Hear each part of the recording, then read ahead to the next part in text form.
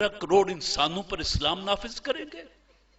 ये अताउल्लाह शाह बुखारी मरहूम मुल्तान में आसूदा खाक हैं, ये उनका कहा हुआ फिक्रा है। और आपने देखा इतना सा मुल्क है, 4 सूबे हैं, एक सूबा नाराज, अमन व अमान की शक्ल लियाकत साहब आपको बता चुके। तालीम का जो निजाम है वो आपके सामने, अमन व अमान की सूरत आपके सामने, ये बिजली जो जल रही है आपके सामने, इसका जो भाव ताव आएगा आपके सामने, आपकी मिलें बंद हो रही हैं, आपके दरिया खुश्क हो रहे हैं। हिंदुस्तान आपका अजल का दुश्मन है, मेरी ये बात याद रखिएगा। ये अमन की आशा ये फजूल बकवास है, इस पर इतबार न कीजिएगा।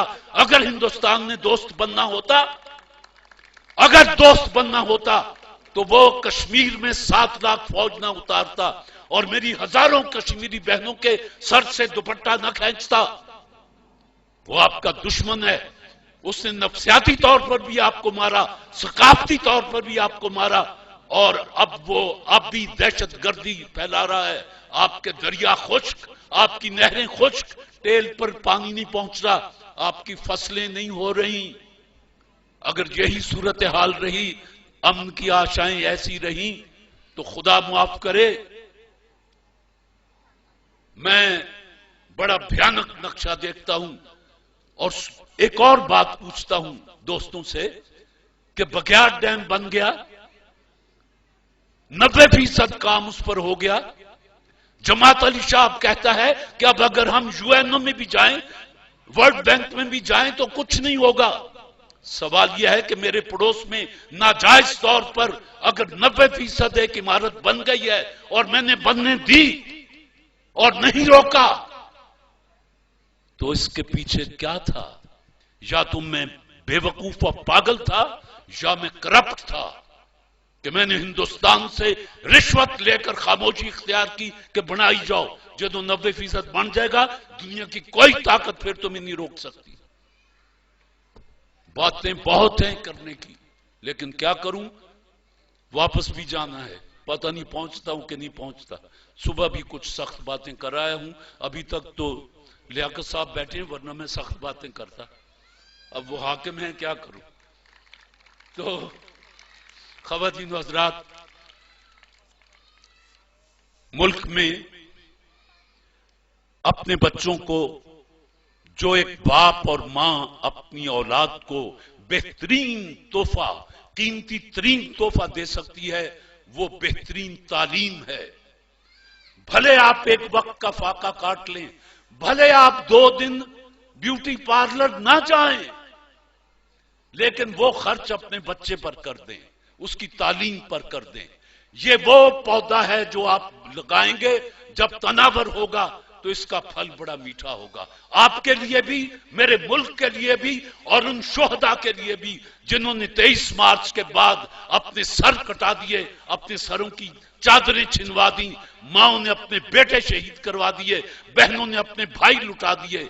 ये खिराज अकीदत होगा उन शहीदों को, उन गाजियों को जिन्होंने 23 मार्च के बाद पाकिस्तान बनाने के लिए जिद्दोजहद की कि हमारे बच्चे पढ़ लिख जाएं।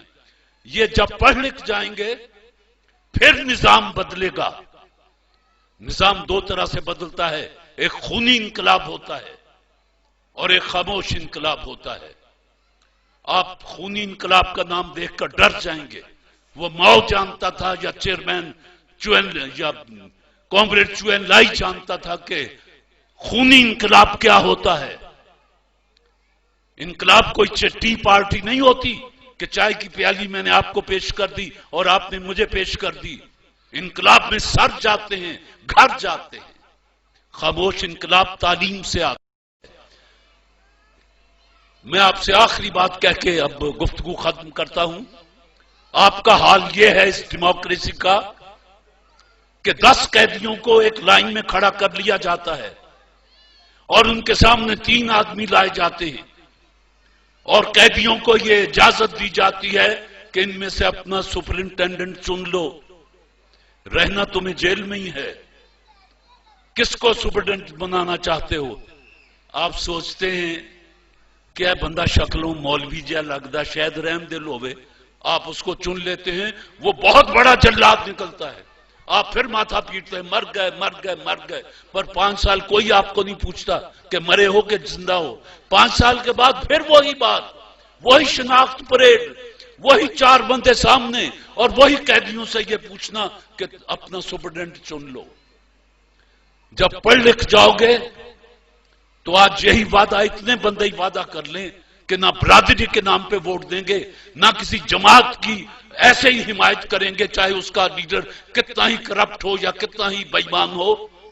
آپ ایک دیانتدار انسان کا پیچھا کریں گے اور اس کو سپورٹ کریں گے، اس کو ووٹ دیں گے، تب جا کے سال ہا سال کے بعد اس ملک کی تقدیر بدل سکتی ہے۔ خواتین و حضرات، آخر میں ایک بات کہتا ہوں کہ میرے جیسا ایک مقرر تھا، تقریر کرنے کا بڑا شوق تھا اسے، اور دنیا اسے ہوٹ کیا کرتی تھی، اور وہ اور اچھل اچھل کے تقریریں کیا کرتا تھا۔ اس کی بیوی بیچاری سامنے بیٹھی، گھر جا کے دونوں کی خوب لڑائی ہوتی، کہتی کہ بے وقوف، ساری دنیا تجھے ہوٹ کرتی ہے اور تو بڑا اچھل اچھل کے تقریریں کرتا ہے۔ اس نے کہا نہیں، وہ تو مجھے سنتے ہیں، خوش ہوتے ہیں، تالیاں بجاتے ہیں۔ اور کیا بے وقوف آدمی، تجھے پتہ ہی نہیں، تو ہوٹ ہوتا ہے وہاں۔ پھر اب کیا کرے؟ اس نے کہا، بیوی نے ایک حل نکالا، اس نے کہا کہ میں سامنے کی سیٹ پہ بیٹھ جایا کروں گی، جب تو پٹڑی سے اترنے لگے گا، یہ ولایت کی بات ہے، تو میں یوں کر کے فلائنگ کس کر دیا کروں گی، تو سمجھ لینا اور تقریر ختم کر دینا۔ کہنے لگا اے ٹھیک ہے، اے تو معمولی گل ہے۔ اب وہ لگ گیا تقریر، یہ ادھر بیوی نے یوں کیا اور وہ چپ کر کے جا کے بہ گیا۔ دوستوں نے 1 دفعہ دیکھا، 2 دفعہ دیکھا، 3 دفعہ دیکھا، آخر پوچھا کہ پاگل، تیری بیوی خوش ہو کے تجھے فلائنگ کس کرتی ہے اور تو تقریر بند کر دیتا ہے؟ کہنے لگا نہیں، میں پنڈو نہیں آیا۔ انہوں نے کہا بات کیا ہے؟ کہنے لگا کس کے سپیلنگ کیا ہوتے ہیں؟ اس نے کہا KISS۔ تو اس نے کہا کیا بنا؟ Keep it short stupid.